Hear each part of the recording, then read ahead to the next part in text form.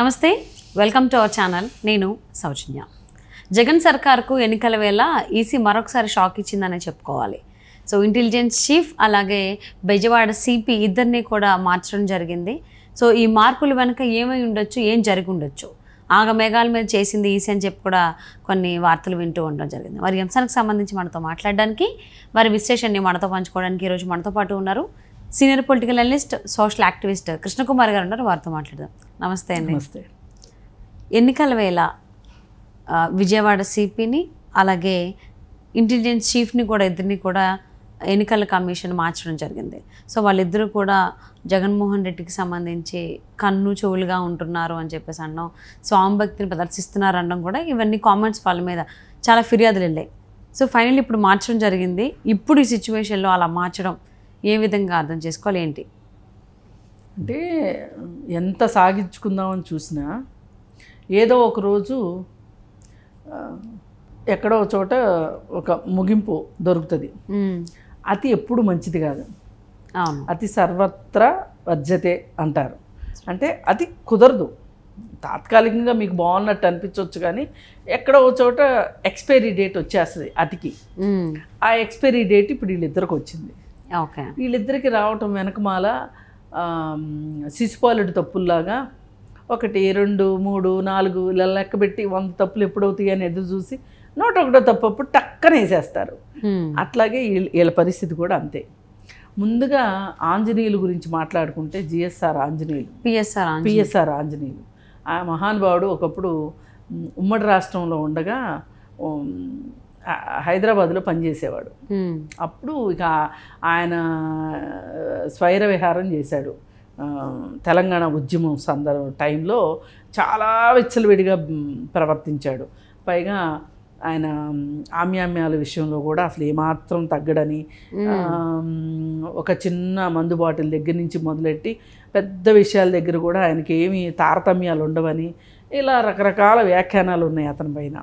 అయితే అతను ఎందుకో తెలియదు కానీ ఉద్యమం బాగా ఉధృతంగా ఉన్న సందర్భంలో వైఎస్ఆర్ చనిపోయిన తర్వాత ఉద్యమం వచ్చింది కదా ఎక్కువగా. వైఎస్ఆర్ ఉన్నంతకాలం అతనికి ఇంత హవా ఎందుకు కొనసాగిందో ఇప్పుడు అర్థమవుతుంది. వైఎస్ఆర్ ఉన్న టైంలో కూడా బాగానే హవా సాగించుకున్నాడు. తర్వాత ఉద్యమం టైంలో కూడా కొన్నాళ్ళు ఉన్న తర్వాత మరి ఏమనుకున్నాడు ఏమో కానీ కేంద్ర సర్వీసులకు వెళ్ళిపోయాడు.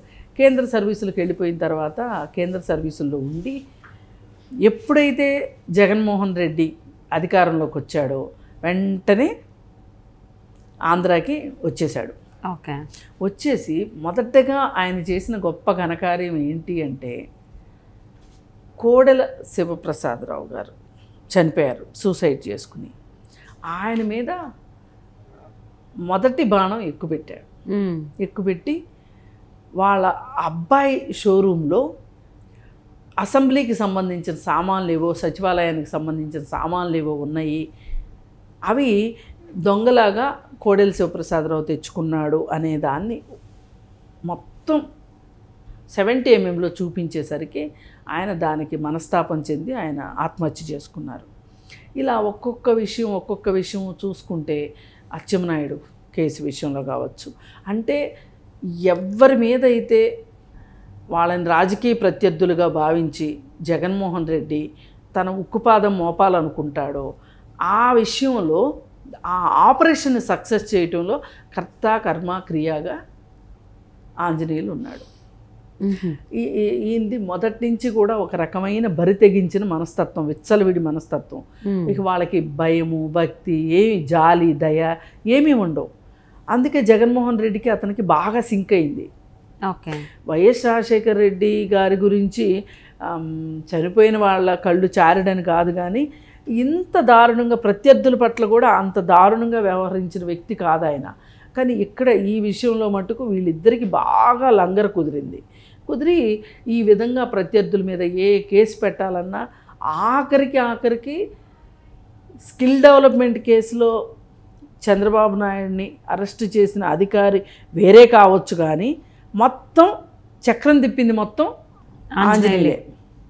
అంటే ఈయన ఒక సునీల్ కుమార్ లాగా, ఒక ఆంజనేయులు, అంటే ఇట్లా కొంతమందిని ఆయన చేతిలో పెట్టుకొని ప్రత్యర్థుల మీద, రాజకీయ ప్రత్యర్థుల మీద వాళ్ళు దొంగలనో లేకపోతే ఇంకోటో ముద్రేసి తప్పుడు కేసులు పెట్టో ఏమైనా సరే ముందైతే కేసు పెడదాం, తేలేలోపు వాళ్ళని ఏమంటారు, నిందితులనే అంటారు కదా, ఈలోపు మనకైతే ఒక ప్రచారం వచ్చేస్తుంది కదా, ఇలా ఆలోచించి, అంటే వీళ్ళందరూ పూర్తి అమాయకులని కాదు నేను చెప్పటం, కానీ చిన్న చిన్న వాటిని గోరంతల్ని కొండంతల్ని చేసి, ఇప్పుడు ఈఎస్ఐ కేసులో అచ్చెన్నాయుడు అప్పుడు చూడడానికి వీళ్ళు ఫస్ట్ ఏం చెప్తారు, చాలా పెద్ద స్కామ్ అండి, అసలు ఇంకేముంది, అసలు భూమి పుట్టిన దగ్గర నుంచి ఇట్లాంటి స్కామే లేదండి అన్నట్టు చెప్తారు.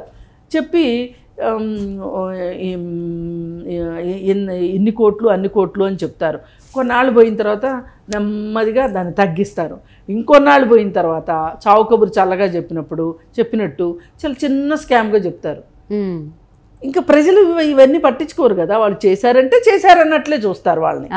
ఈ విధంగా అతను చేయడం వెనకమాల జగన్మోహన్ రెడ్డికి హెల్ప్ చెయ్యాలి అనే ఉద్దేశంతో, అంటే వాళ్ళిద్దరూ సహకారం, ఎవరిది, ఈ ఆంజనేయులది, సునీల్ కుమార్ సహకారంతో, పైగా అసలు ఆంజనేయులు ఎలాగా తయారైపోయాడంటే ఒకానొక సమయం వచ్చేటప్పటికి అసలు మొత్తం సర్వాంతర్యామి, పోలీసు ఆఖరికి డీజీపీకి కూడా ఈయన సలహాలు చెప్పేంత స్థాయికి. ఎందుకంటే జగన్మోహన్ రెడ్డి ఈయన చేతిలో ఉన్నాడు కదా, అందుకని ఈయన ఒక షాడోలాగా తయారైపోయి అందరినీ శాసించడం, అందరికీ ఆదేశాలు ఇవ్వడం, ఇలా చేసుకుంటూ వెళ్ళాడు. సరే, ఇదంతా అయిపోయింది. ఈయన బండారం ఇంత చేశాడు కాబట్టి, ఇన్ని కంప్లైంట్లు ఈయన మీద ఉన్నాయి కాబట్టి ఈయన్ని ఇంటికి పంపించారు, అంటే వేరే చోటకు పంపించారు. అది అయిపోయింది. అయిపోయిన తర్వాత ఇప్పుడు విజయవాడ సిపి గురించి కూడా చెప్పుకోవాలి. ఈ సిపి రాష్ట్రంలో వేరే వేరే చోట్ల పనిచేసిన సందర్భాల్లో, ఇప్పుడు తిరుపతి లోక్సభ ఉప ఎన్నికలు జరిగాయి. ఆ సందర్భంగా తిరుపతికి పక్కనే తమిళనాడు ఉంటుంది కదా, బోర్డర్ స్టేట్ కదా. అయితే అక్కడి నుంచి దొంగ ఓటర్లు వచ్చిన సందర్భంలో ప్రత్యర్థి పార్టీలు ఎంత చెప్పినా సరే, విపక్షాలు వాళ్ళ మాటలను ఖాతరు చేయకోకుండా ఆ దొంగ ఓట్లు వేసే విషయంలో అతనే ప్రధాన పాత్ర పోషించి, బస్సుల్లో వాళ్ళు వస్తే ఓటర్లు వాళ్ళందరినీ రైట్ అని చెప్పి వాళ్ళని రానివ్వడము, మళ్ళీ తిరిగి వాళ్ళని పంపించేసే విషయంలో అతను ప్రధాన పాత్ర పోషించాడని. అలాగే జేసీ దివాకర్ రెడ్డి వాళ్ళ మీద కేసుల విషయంలో కూడా అతను చాలా, అంటే అధికారాన్ని మించి, పరిమితుల్ని మించి పనిచేశాడు అనే ఆరోపణలు కూడా ఉన్నాయి అతని మీద. ఇక ఆ తర్వాత వైవి సుబ్బారెడ్డి ప్రాపకంతో విజయవాడ సిపిగా వచ్చాడు. విజయవాడ సిపిగా వచ్చిన దగ్గర నుంచి అసలు వైసీపీ వాళ్ళకి పట్టపగ్గాలు లేకుండా అయిపోయినాయి. అసలు మనోడు ఉన్నాడు, మనం ఏం చేసినా నడుస్తుంది, ఏం చేసినా చెల్లుబాటు అయిపోద్ది. అందుకే వాళ్ళు ఇంతలా ఇతను సహకరిస్తాడు కాబట్టే రాష్ట్రంలో ఇంకెక్కడా అమలుపరచకుండా ఈ గులకరాయి కేసు విషయాన్ని, ఈ ఆపరేషన్ గులకరాయిని విజయవాడలోనే అమలు చేసుకోవడానికి కారణం ఇది ఒక కారణం. వేరే చోట్లయితే పోలీసుల దగ్గర నుంచి సహకారం ఉంటుందో ఉండదో అని ఈ విజయవాడలోనే ఈ ఆపరేషన్ చేయడానికి కారణం అది. మరి ఈ గులకరాయి జరిగిన తర్వాత సీన్ రీకన్స్ట్రక్షను, ఇట్లాగే సాక్ష్యాలు, ఆధారాలు, ఇప్పుడు పలానా వాడు వేసాడు అని చెప్పి వీళ్ళు చెప్తున్నారు. ఆ వేసేటప్పుడు ఎవడైనా చూశాడా లేదా?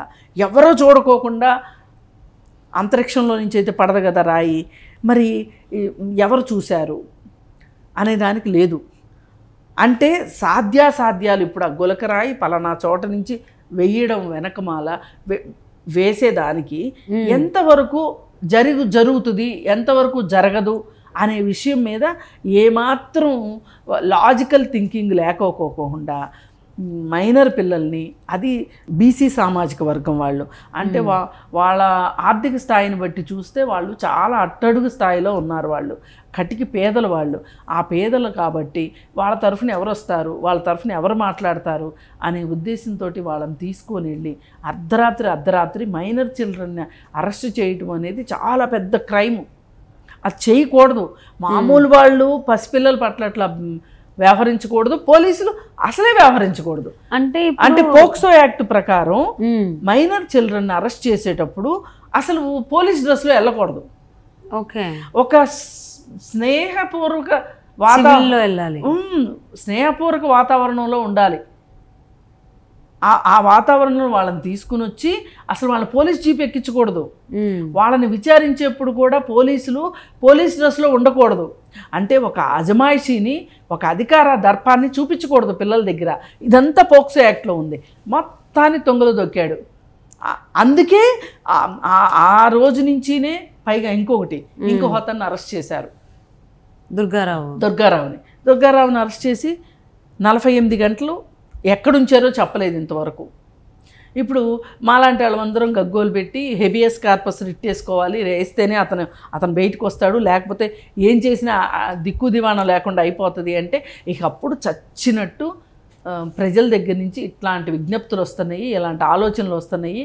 ఈ ఎలక్షన్ల టైంలో మనం ఇంతకంటే ఎక్కువ చేస్తే మనం ప్రమాదంలో పడతాము అని చెప్పి దుర్గారావును వదిలిపెట్టారు. సో అంటే ఇప్పుడు ఇవన్నీ చేయడానికి ఇతరే కారణం కాబట్టి ఎలక్షన్ కమిషన్ వీళ్ళని విధుల నుంచి తప్పించింది, వేరే చోటకి పంపించింది. అంటే ఎలక్షన్కి సంబంధం లేకుండా వేరే వాటికి బదిలీలు వేశారు కాబట్టి మరి ఇప్పుడు జగన్ సర్కార్కి ఇది పెద్ద షాక్. కష్టమే. ఇద్దరు, ఒకళ్ళు కుడి చెయ్యి, ఒకళ్ళు ఎడం చెయ్యి, ఒకళ్ళు చెవులు, ఒకళ్ళు కళ్ళు, ఈ విధంగా ఉన్నప్పుడు నోరు మాత్రమే జగన్మోహన్ రెడ్డిది, మిగతా అన్ని వీళ్ళే. మరి ఇప్పుడు ఈ సిచ్యువేషన్లో జగన్ సర్కార్కి ఇద్దరు ఐపీఎస్లు కన్ను చెవులుగా ఉండేటువంటి వీళ్ళు మారడం జరిగింది కాబట్టి మరి రాబోయే 10 రోజులు వీళ్ళ కార్యక్రమాలకి ఎవరు సపోర్ట్ ఇస్తారు, ఏం జరుగుతుంది, వీళ్ళు ఎలా ప్లాన్ చేసుకుంటారని చూద్దామండి. Thank you so much Krishna Kumari గారు.